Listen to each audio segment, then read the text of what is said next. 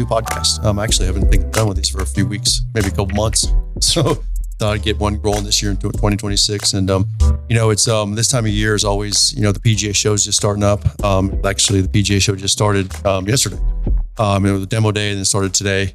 And so when you watch the Golf Channel, you're watching things on TV, you're seeing all the different booths and all the different, marketing guys down there and all the different topics. And it's always part, a lot of the PGA show is a lot to do with merchandise, basically all merchandise show. And I remember years ago, I'd go down there and this was 15, 20 years ago. And it'd take you 3 days to get through the show.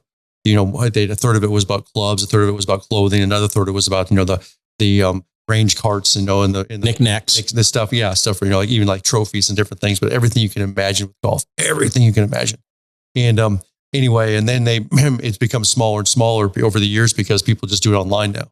So instead of going down there and placing your huge orders, and they go literally the old PGA days when I first was a PGA pro, you go down there and you place all your orders. So you go down there and you meet for 3 or 4 days, you meet with all the different vendors, and place order after order after order for the year, or at least the first half of the year, and you get your orders in and hopefully you're good to go.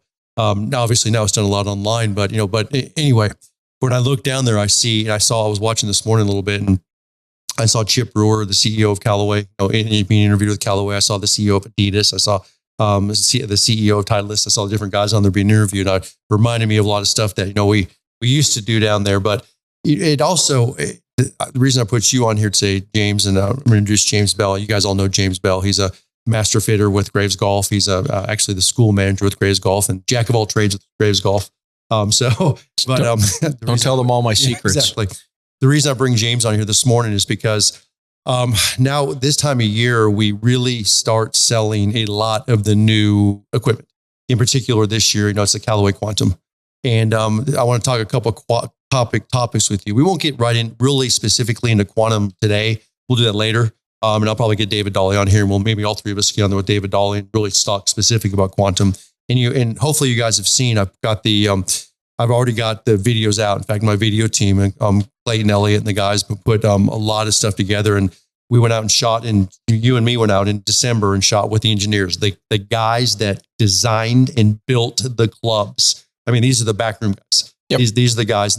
We went and shot film with them on the drivers, the fairwoods, the hybrids, the irons, and even on the wedges. We went and filmed that, and it's online now, so you can see it. But if you guys want to see the insides of that, and that is the true insides. In fact, It's very interesting because they'll give me the technical part, and I'm always like, you got to dumb this down. You got to dumb this down. You got to, so we understand. You're talking at me above my head here. You're talking to these, and they're all mechanical engineers or engineers, and they are. But anyway, you can see that online. But I want to talk a little bit more basics with you today. And the first thing I want to talk about is our fitting, because we do really two different versions of fittings here, and we basically do what we call a static fit. Okay, a static fit.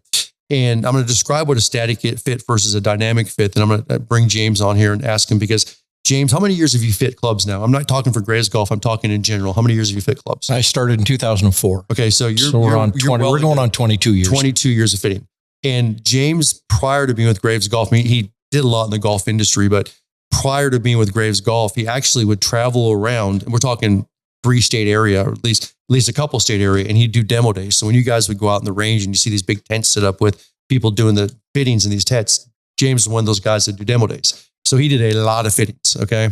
And that's part of the reason I brought James in, because he was a real expert in the industry in different areas. But we are very unique with Graves Golf, and we're unique because we work on trying to get our students to get to a model of a particular golf swing. Obviously, a Mo Norman single plane model. Okay.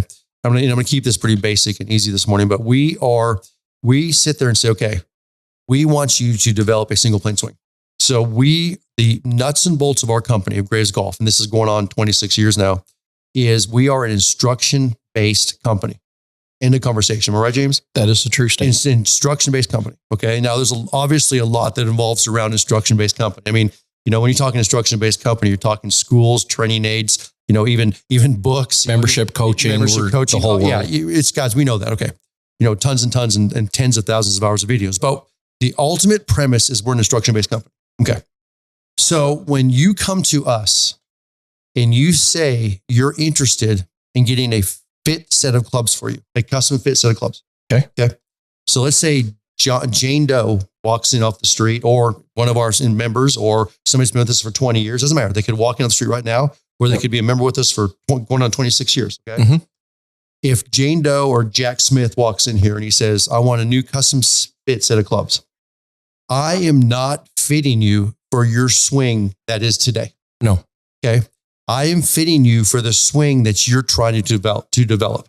Okay. I'm fitting you for that single plane swing that you're trying to, I'm not going to say master, but you're trying to get better at. Yeah, you're getting as close as you can. Right. Okay. That's what I'm going to try to fit you towards. And I'm going to ask James this, but the reason we're doing that is because we know you're working on trying to develop a better swing that's easier on the body, more consistent golf swing, makes the game more fun, makes the game better, obviously. That's why you're with us. Okay. So what I want James to do right now, and then I'm going to ask him some specifics, is I want him to explain the difference between a dynamic fit. And that's what you guys see when you see the live board and the live tape. Yeah, or if you go somewhere, they want you to golf balls. Yeah, and there's a lot of people that do great dynamic fittings. Don't get this wrong. There's a lot of good companies that do great dynamic fittings.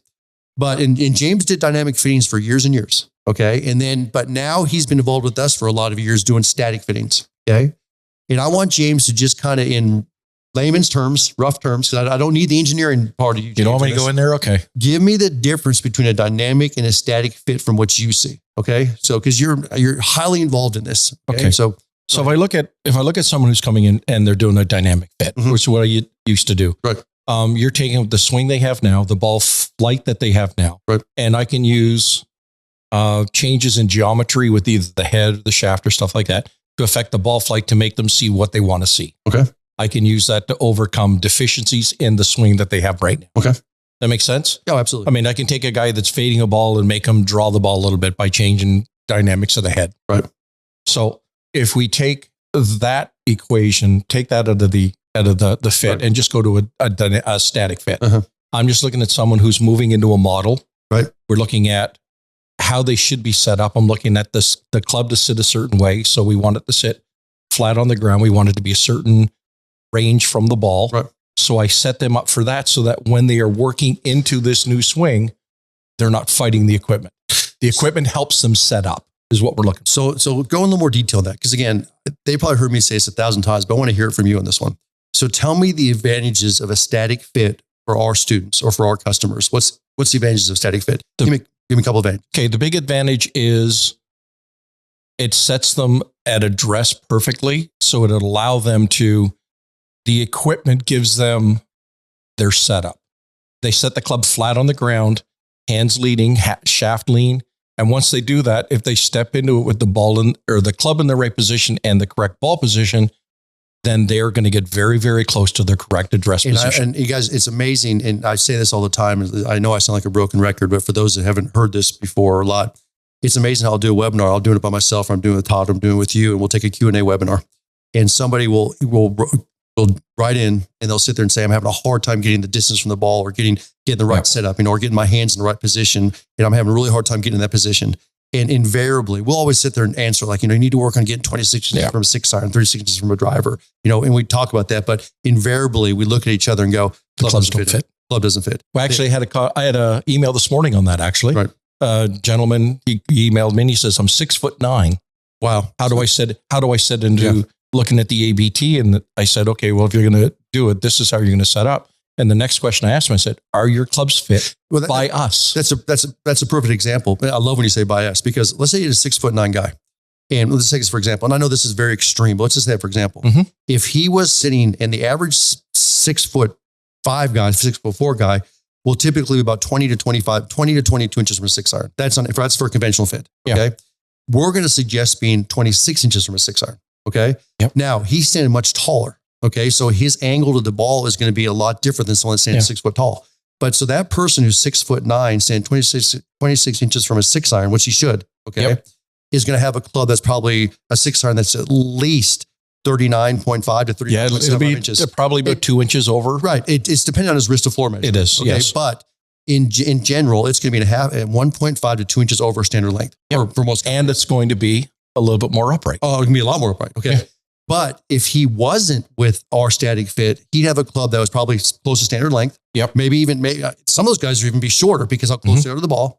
Yep. The club would probably be 4 to 5 degrees upright, way too upright. Yep. Because we're standing him further away, so that club's got to be brought. Yeah, and as soon as all of a sudden I'm going to push him away from the ball, and he's got no chance. So tell me right now. So you have that that 6'9" guy goes in his fit.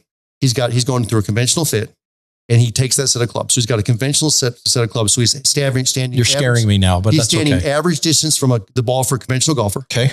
He's coming across a little bit like a conventional golfer. We're talking 90%. Yep. Now, he tries to take that club and go into what we say is a Mo Norman model for him. Okay. Now, obviously, he's a foot taller than Mo. Yeah. Okay. Mo. Yeah. Okay. Mo is 5'7", but he's a foot taller than Mo. At least. What's going to happen to him if he tries to take the conventional club and go into our fit? Two big things you're going to see right away is number one, he's going to be too far bent forward. Way too far bent. So he won't be able to move. So if you're supposed to have a 45-degree spine tilt with a 6 iron, he'd probably have a 70-degree spine tilt. I mean, actually, he'd be the other way. He'd be. I think with the tilt down, it'd be ridiculous. Okay. And the club is going to be sitting so far in the air, he's going to heel dig and it's going to feel like crap. Right. And so he's going to hurt himself. He'll hurt himself because he's going to bend over way too much to get to the ball. Yep. He's going to start digging that heel in. And so he's going to start trying to get that hands higher and higher and higher, and it won't work. Nope. That's a perfect example. Yeah. And then the other thing he's going to get, he's going to hurt his back. Yeah. Because he's going to put extra pressure on his back because he can't move. And the added vibrations coming through the club from digging the heel is just going to hurt his wrist and elbows. So talk about that for a second, because this is the biggest thing. I'm going to ask you 2 questions. They're kind of loaded questions here, but number one, talk about body protection a little bit, because when we do a static fit, we're building a club, or we're going to get a club custom built for you that fits your body size, your height, your wrist to floor measurement, your hand size. Okay. It's going to fit your body size and shape. Okay. To get into the Mo Norman single plane model. Okay. So that now, and I love what you said, you set that club down flat, and it's like we talk about, you start where you finish. So you set that club down flat, you get it at that angle coming up, and it should be set perfect. Yeah, it's critical. It has to be. Right. Okay. So talk to them, because you've seen both ends of this. A improperly fit club. I don't care if it's conventionally improperly fit or statically improperly fit. What does that, what will that do to the body? Improperly fit club. If you look at the torsion and twisting that happens from either the toe hitting or the heel hitting, you get all of that twist gets transferred through the shaft into your wrists, elbow, shoulder, and in some cases, even into the lower back, you can measure it. So you've got that twisting that happens. So you got excess stress. There's stress. Lots of stress. They talk about this, up to 1 ton of stress on a golf shot when you hit the ground. And I firmly believe this, and this is very hard to prove. Well, we had the instructor that got hit in the leg. Took a swung and compound fractured his leg, but I firmly believe this. They say over 75% of golfers don't make a divot. And I firmly believe part of the reason they don't make a divot is because it hurts. Properly fit clubs hurt. Yeah. So it's subconsciously and then eventually consciously, they don't want to make a divot. Look at the guys that practice on mats all the time. 100%. They go out on the grass and all of a sudden they're hitting off a mat, and a mat. So you get so much unforgiving in the impact that happens. They go out on grass and all of a sudden they don't want to hit the ground anymore because it hurts. So you talk about the vibration. What other type of protection do you get? You go with graphite. Yeah. That's another thing that helps dampen the impact feel. Which is very interesting, because they actually say it absorbs 85 to 90% of the shock compared to steel. Yep. And they used to have these sensor core shafts and these low vibration shafts and all these different things. They don't even exist anymore. Didn't work. And people, they had these, and people like, get the sensor core steel. Remember that was a big deal, and they didn't work, because they literally, when you talk about a steel shaft absorbing 20 to 25% of the shock and graphite absorbing 80 to 90% of the shock, sensor core was like 28%. Yeah, it wasn't that much of a difference. It was nothing. So graphite protects, and there's 3 big things about graphite. Number 1 is it protects the body at impact. Number 2, it's more forgiving. A lot more forgiving. And number 3 is the durability of the product. Because guys, when you hit steel in an iron over time, and I know most of our students don't do this, eventually they bend. They eventually give out. Eventually give. Look at the old clubs that have been around for 15 years. Look at an old steel shaft. Hold the iron out. Look at it. The iron has a bend. You can see the bend in the shaft. 100%. Graphite's not going to do that. And then the last thing is you just hit it further. And I can tell you right now, I'm a walking, talking proof of that, because a few years ago, I was hitting steel my irons and I went to graphite, and I immediately picked up 10 to 15 yards in the irons because I put a lighter weight graphite shaft. See, I went to the protection side. I came to you. We were talking, this is back when we were at Rose Creek for the longest time. I'd gone to a scouting event and I got tendonitis because of canoeing. And I'd play, and I had the stiffest, firmest steel shafts. And I'm going, it just hurts to play. And you looked at me and you said, you're an idiot, go to graphite. Yeah. And I go, yeah. I've heard that before, but no, it doesn't work. And you looked at me and said, no, go to graphite. So I did. I called my Callaway guys, and had a 7-iron sent to me, and I played 9 holes only with a 7-iron.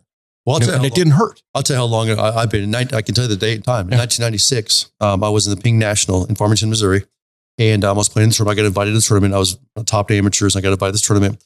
And I practiced so much over the years in the hard ground that I played off that I had gotten tendonitis, basically in both elbows. My lead elbow was the worst. And I was hitting balls, warming up for one of the practice rounds. And one of Carson Solheim's son came walking behind me. He's just watching all the players. I mean, it was a Ping National tournament. And he saw me taking this very short backswing and kind of flinching at impact. I'm sure that's what I was doing. And he walked up to me and he said, he goes, issues with your shoulders, elbows? And I said, yeah, I got tendonitis in my elbow. He could see it. And he looked at my set and he goes, have you ever thought about graphite in the irons? And now remember, this was 96. Yeah. Okay. And I mean, that was like freaky. Unheard of. And I said, no. And he goes, you're going to want to really consider this because it absorbs the vibration of the shot. And he goes, and literally, there's chances are your pain will diminish or go completely away if you put graphite in there. And at that time, the only clubs, even counting Ping, the only clubs I could find that had graphite in them were the Wilson Fire Stick shafts. Oh, wow. And I went, that's how old it was. And I went and bought these Wilson Fire Stick shafts like a week after the event and played with them. And literally a month later, I was playing the US Amateur with him and he was there and he remembered me. And he came up to me and goes, how are the elbows? And it was gone. I mean, I literally that quick, I'd gotten rid of the tendonitis. Yeah. And from that point forward, I'd continued with graphite shaft graph because I was walking, talking proof. Yeah. And we've had this conversation back and forth sitting here. We're going, how long is it going to be before the industry, people start getting sued because of, I firmly believe that's going to happen eventually because of sue happy people out there. Yeah. I mean, I firmly believe that eventually somebody's going to have to quit golf because of either shoulder pain, shoulder issues, elbow issues, and they're going to have, and somebody fit them into steel shafts through the irons. And they're going to say it's all because of this. It's all because of this. So they're going to say this was a big issue and they're going to get sued for it. We just have to get past the stigma of like, well, it's graphite shafts. They're only for old men. They're only for ladies and they're only for poor players. Well, they say almost half the tour players right now are graphite. Yeah. So look at the college players coming out. All of their long irons. They want to be able to hit it in a mile. That's why they can hit it in a mile. And they practice so much and won't hurt themselves. 100%. And I think it's part of what the other thing that I really want to stress to the customer out there, the people are talking to us, or the students, is that the more you practice, the more potential injury you put in the body from overuse. Yeah. And when you have that, then you've got to get more protection. So they're always going, well, why would a college student do it? Because they might be hitting 500 balls a day. So are the pros. Yeah. And off hard ground, soft ground mats, whatever they're hitting off of. So they need the more protection even than we do. Exactly. So you got protection of the body. I mean, okay. So now here's the other thing I'll talk about. Because this is kind of it's kind of the running, I don't know what you want to say. It's not running joke, but it's kind of the topic of conversation. When you would give a dynamic fit, okay, so this is years ago, and you still remember those days, you give a dynamic fit. Let's say you had a person that came in for like a half hour, an hour fit. They came in and, they're doing a dynamic fit, which you pretty much had to see in person because you didn't know how they were swinging it, where they were swinging it, what you had no idea. You had no idea, okay? No idea. How much of it was a fit versus a lesson? When they would come in, how much of it was? So if I said right now, do it in percentages, how much would talk to me about it a little bit? It's part of the initial interview. You talk to the guy and you're watching him swing and you're going, okay. And you're seeing that. And I had an instruction background with this as well. So you're going, first question is, are you going to change your swing? Right. That's the first question. And they say, well, if they tell you they're in the middle of, I'm making changes now, it's like, yeah, this isn't going to work very well. Or, nope, this is the swing I've got. This is what I'm working with. I said, okay, so if that's the case, then I've got a different road I'm going to go down because now I'm trying to affect or correct a flaw that's in the swing. Right. And then it comes down to, well, I'm not really sure. Yeah. That's like, okay, here we go. Yep. If I was going to make a suggestion, maybe we want to look at maybe doing A, B, C, D, whatever that might be. And they say, well, if I do that, what's going to happen? I said, well, it's going to affect this, this, and this. And invariably, especially demo days, it's terrible. Yeah. You'd end up a 15-minute fit and a 25-minute lesson. Because this is what I think you need, the people listening to this need to understand. This is not like fitting a professional golfer. When you pull a professional golfer out there and they hit it and all of a sudden you put face tape on the club or whatever it is, and all of a sudden you got 9 out of 10 within the center face of the driver. Yep. You put face tape on your average fitting guy. What would you see? Put face tape on there. Imagine a dog with mange. You get spots all over the face. It's everywhere, right? Yeah. There's no consistency. There's nothing. So it's from the toe to the heel, up and down. Am I right? Yes. Okay. Especially the longer the club, the worse it is. Right. And so all of a sudden, and then that invariably the customer sitting there saying, well, I'm just not hitting it very well today, or I usually hit it better than this, or this is an off date. Am I right? Yeah. I mean, and they're out there and every 4 out of 5 balls are thin right, thin left, tops. Yeah. Am I right? And all you do is you stop and go, that was a good one. Okay. Right. That is the best you're going to get. Right. We'll just stop there. Let's take a look at what this gives us and what we can do with that. The rest of it, it's just fluff. And so, and that's why so much, because so hard. It's amazing that you do those things. And I know from talking to fitters, they say, oh, it always turns into a lesson. It just turns into trying to get them to get the ball off the ground. Yeah. It turns into I just want them to hit the face. Just hit the face of the club, right? It turns into lessons. That's what it turns into, right? Yeah. So we do the static fit. Mm-hmm. And when we do a static fit, we're going to take measurements like your height, your wrist to floor measurement. We're going to take your hand size. We're going to take, then we ask questions like, do you have a bad back? What's your back? Do you have arthritis? Is there other issues you're dealing with? Something that I have to build up a little bit to compensate for. Right. I can't hold the club because my hands hurt. Right. And then we take those, and then most people know their swing speed. 99% of the people don't know their swing speed. No. So we'll sit there and say, how long do you normally hit a 6 iron? How far do you normally hit a 9 iron? And then we can calculate swing speeds by that. We can get a pretty good guess. And then we can start putting, flexes of shafts and clubs and so on. And we can do a very good job. Yep. But one of the things I want to ask you about, because you've seen this industry trend over, especially over the past few years, talk about weighting of shafts. Okay. So because 15, 20 years ago, or not even that, 10 years ago, which seems like was yesterday, but 10 years ago, weightings of shafts, you get drivers and it's like, I want an 80 gram shaft, I want a 70 gram shaft. I mean, even 95 gram shaft. And okay. Yeah. So, and they'd say that, and that's what you get. You get somebody in here and say, I want to be able to feel that shaft. Okay.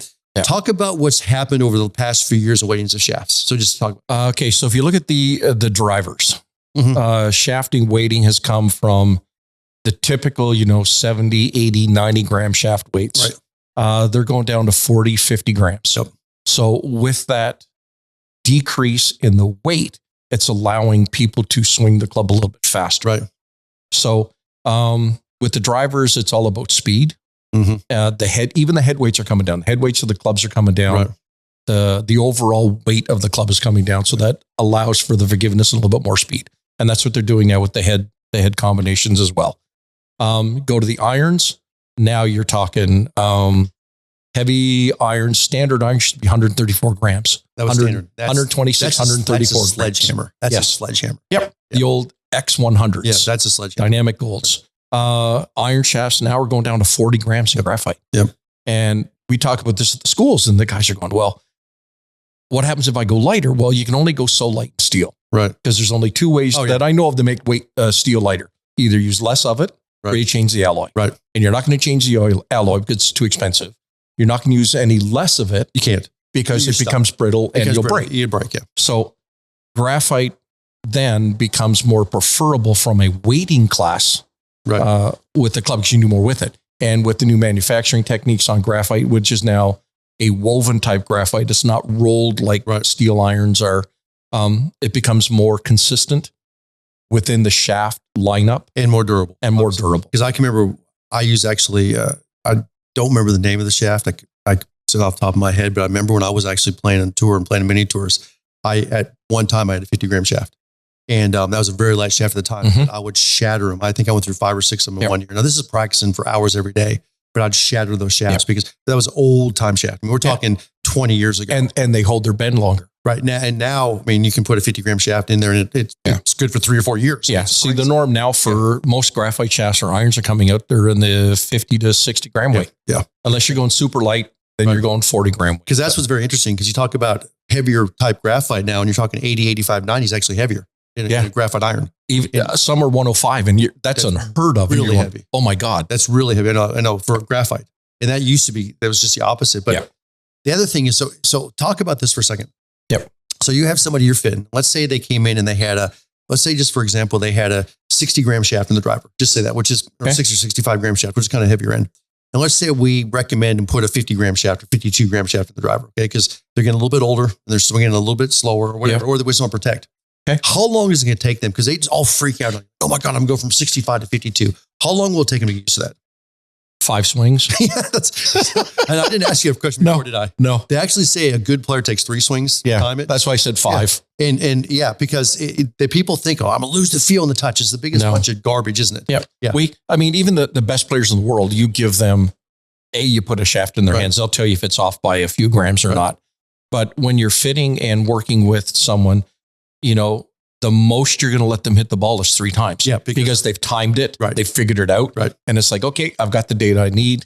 Hit now. Let's try this combination and let's see now from the numbers perspective what looks like what. So talk to them a little bit about stop blaming the clubs. Oh my God. Okay. Yeah. Let's just talk for a minute. And I know we're going to wrap this up here in a minute. But this stupid thing swinging, this stupid thing, that stupid thing. Let's talk about this for a second because, you know, let's say we have a gentleman that comes in here. Let's say he's a 72-year-old guy. Okay. This is typical. Okay. And he's had regular flex shafts in his clubs forever. And then he comes up to us and he says, you know, I hit my 9 iron 110 yards. I don't hit a 6 iron anymore. I hit a 6 hybrid and I hit it 140 yards. You know, if I kill a driver, hit it 220. We're like, okay, great. You know what I'm saying? He's senior abnormal. Flex. Yeah. I mean, yeah. Okay, but yeah, he's abnormal. But he's in he's a light senior flex. He's in senior flex, or you can call it a light flex. Okay. So he's in a light / senior flex. So we bring him down from a regular flex into a senior flex. And then we want to drop the weight a little bit. So we're just going to look at this. We're not going to go real light club because he's kind of a good end. He's still there. But it's going to be lighter than he had. Okay. And then he goes out and tries his clubs for a couple of times. He calls you up and he says, I'm just not sure these are working for me. Okay. Yeah. Talk about that for a second, would you? Yeah. Number one, I'm going to ask him, how long have you done? What have you done with them? Right. Well, I've gone out and I've played with them. Right. There you go. Yeah. Right. I've gone and played. I don't have the same yada, yada. I said, okay, have you gone on the range and actually just swung them to get a feel for it yet? Well, no, I don't want to do that. I want to go play with them. Yeah. I said, okay, so there's going to be a difference in number one, how they feel. Right. They're going to fly a little bit different. And yes, there's an adjustment. Your range, your distances that you're going to hit them are going to change. Every time anybody changes equipment, there's going to be an adjustment period. I don't care if you put a new wedge in your bag and you're a great player, or if you're a brand new golfer and I've changed and put different clubs in there. They're going to be different. Right. Got to make adjustments. Yeah. And you have to figure it out. Right. And they never give themselves enough time to figure it out. Right.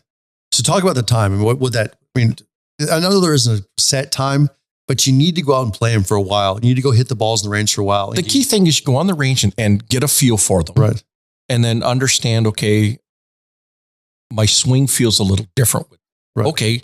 Oh, look, I can swing a little bit faster with these. Right. Okay. Now you have to go out on the golf course. Right. Not play, but go to a given distance with your golf balls. Right. And say, okay, what am I really hitting now from 120? Right. This used to be my 9 iron or my 8 iron. Oh, wow, I can do this. This is my new 9 iron. Right. I'll swing a little bit faster. So now you have to go through equipment and figure out what all your new distances are. Then you can make a qualified decision and say, hey, I'm hitting these better. I'm hitting these a little bit worse. Now we can have a discussion on why. I have numbers to look at, not based on feeling. Right. That's what I go. So here's the last question I'm going to ask you, because obviously I own the business and I'm involved with everything. James is involved with everything in this business too, with Graves Golf. But I probably spend 75 to 80% of my time plus, especially this time of year, feeding people online. Now we are dealing with people who have been fit before, taking trade-ins and so on. Okay. But the one thing I'm going to ask you here, and let's just talk about this for a second, because I think this freaks a lot of people out. I can do a very effective, if not perfect fit online. I don't have to see this person because we're fitting them statically. Yeah. Okay. So, but now in a few days, you're going to be taking off for Phoenix, Orlando, and we're going to start doing schools. And we're going to be doing schools. I leave Sunday after the snowstorm. Yeah. 15, 20 people walking into the school. And And usually when you have, especially a 3-day school, which is a lot of new people coming in that we haven't seen before, you'll have half that have been fit, half that haven't. Probably half will have clubs already. Some won't. Okay. Again, which is pretty You get a whole mix. Okay. So tell me the difference that you see between if you get a person in person at a school and you're fitting them versus if I work with them online and we never see them. What's the difference? What do you see as a difference? Nothing. Okay. Honestly, there's really no difference because once I take and put our fitting clubs allow me to make the adjustments that we're talking about with the fit that we're talking. And I can set up a club for them based on the fit that we've seen, the numbers we've run. And it's 100%. I may make a slight adjustment, maybe, but in shaft here's what weight. it comes down to. The differences I see is you're taking the physical fittings versus them. Yeah. So if they do a good job at home, we're the same. We're golden. Same. So you taking the wrist of floor measurement, you're measuring their hand size. Yep. But if they do a good job at home, we're good. Yep. The second thing is that you can throw a demo club in their hand and have them try it. But here's the deal. That to me, that's almost really irrelevant. And I'll tell you why. because you're in the middle of a 3-day school making swing changes. You're making making huge changes. Making huge Absolutely. changes. And you're working hard. You've been video changes. You're doing swing changes. You're working on different training aid changes. You're in front of multiple instructors making changes. Yep. Because the last thing I want to do is put a club in there and say, what do you think it feels like when you're working on your grip and your setup? Well, this feels like crap. I'm not swinging very well right now. It is, because we changed your grip, your setup, your takeaway all within the last few hours. Yep. So you can look at it, so to me, the biggest difference is you're taking the physical measurement, but they can that's easy to do at home. Yes. Very easy. Yep. And then the second thing is they can actually look at a club, which they can go to a pro shop and look at the same clubs. Yeah. Or go to their local, or get online and look at them, wherever they want to do. Yeah. But I think that freaks people out because they're like, I got to come see you in person. And I'm like, no, you're you don't see really me in person. I'm not going to say you're going to be disappointed, but you're going to go, it's a static fit guy, but I'm not going to put you on live tape and a live board and put you track. I'm not going to do this because we can fit you to the model. We've had members come up to the academy here that are single plane golfers. Right.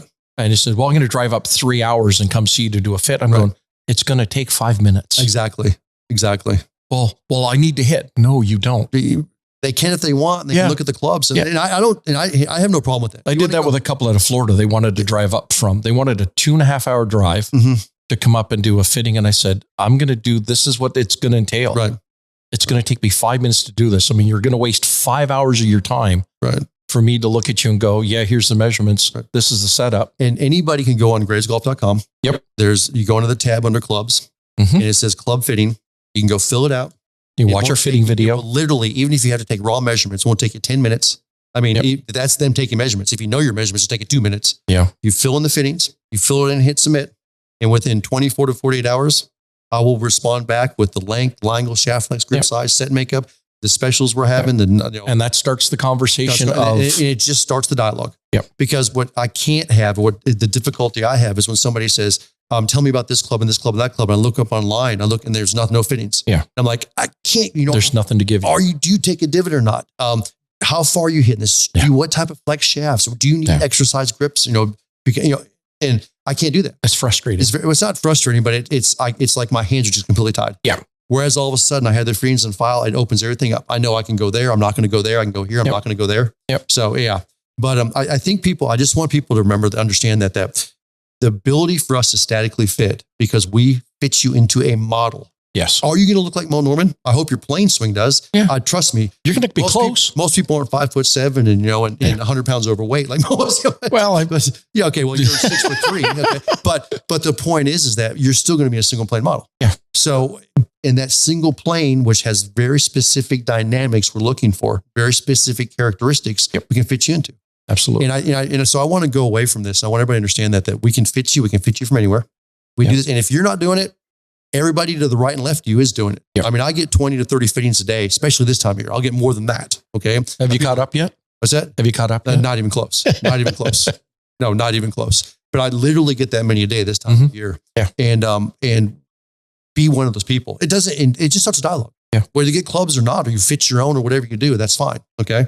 But I want everybody to know that, number one. Number two is that please understand, and I just want them to understand this, that a perfectly fit set of custom made clubs fit for you and your single plane swing will protect the body, will make swing changes dramatically easier.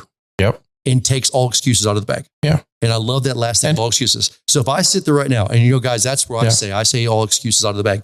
But I want James, and we're going to end it here with this. I want James to define this. When I say excuses out of the bag, what's that mean to you? It means that I can't blame my equipment. That means I'm doing something wrong. Right. And I absolutely have to change me. So think about it. It's not my equipment. Your equipment fits you in the single plane swing perfect. Yep. And you pull one to the left, and that is your swing. Yep. That's me. You hit one and push one to the right, or hit sky one. That is you. That is not the swing club. And that is a massive thing, because it takes excuses out. Some people don't like that. It puts the ownership back on you and your swing. It's not this piece of equipment. Then the last thing is it extends the longevity of golf. And with our demographic, we need that. Yeah. We need that. I'm tired of people getting up in the morning hurting in the wrist, their elbows, their shoulders, the back. I don't want to play golf today because it hurts. Because it hurts. Yeah. And it's so much this equipment issue. So, all right. Anything else you want to tell them at home, James? I mean, that's... no, it's the first one of the new year. So happy New Year for those that are listening. Come to see us at school. Coaching is great. Coaching is phenomenal. Yep. What you can do on your own, depending on your own discipline and stuff, is one thing. But if you come to a school, there's a stupid pitch here for the schools, but if you come to a school, let me or one of my instructors get our hands on you and really show you the difference. And you'll have what we call the aha moments. They're going, oh my God, is that what you guys are talking about when you say something? I'm starting doing it on a sliding scale. Yeah. And this is what it is. Think of a 0 to 10. You're at home working on videos, watching our webinars, watching all the information. You're doing it on your own. You're not getting any coaching. You're just doing it on your own. It's about a 2. You may get to a 2, 1 or 2. Okay. You're not at a 0. You're in 1 or 2. Yeah. So you've got the information, doing good. Okay. It's very hard to self-teach. Now you get in our membership program and you get a coach and you send in a couple of videos a month. You'll crank it up to a 3 or 4, maybe a 4. If you're really deliberate and you're really good, maybe a 4.5 to 5. Yep. You come to school, get hands-on, you're immediately at 8 or 9. Yep. And then that's longevity. And I'm going to put a caveat into those numbers. Yep. That's if your equipment fits you. Yeah, because you don't want to fight the equipment. No. But you immediately crank it up to. I mean, you guys, it's infinitesimal. You can't even describe it. The changes you'll make and what you'll see when you're actually getting that and somebody's help working with your hands on. Yep. And that's why the guys that are so successful, what they do, come to school, get back into coaching, come to school, continue coaching, come to school, continue coaching. Yep. So last thing I'll ask you in the James, he led right into it. We're right now with our schools. We're more full. We're fuller. I don't know what the word for that is, but than we've ever been at this time of year. Yes. Not even close. And I've been doing this for 26 years. James has been doing it for a lot of years with me. He's a school manager. It's not even close. In fact, we got more sold out schools right now than we've ever had. Okay? Yes. And we've got schools that we haven't even released yet that are filling up. Yeah. So tell me right now, but I'm just going to ask them this. What percentage, I always ask this, I know it freaks people out. What percentage of those coming to schools are repeat customers, have been to a school before? What percentage of those coming to school have come to schools before? Right now, we're sitting at about 80%. Listen to this closely. Yeah. 80% of those that come to schools have been to school previously. Yep.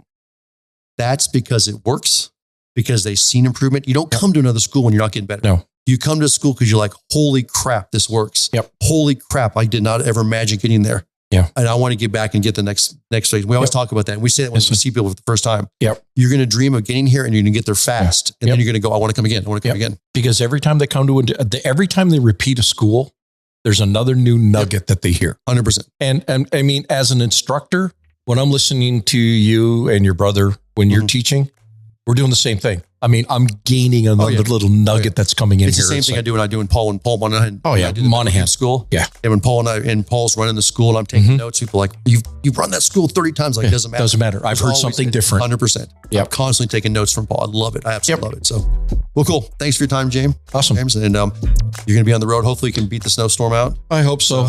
If not, I'm driving.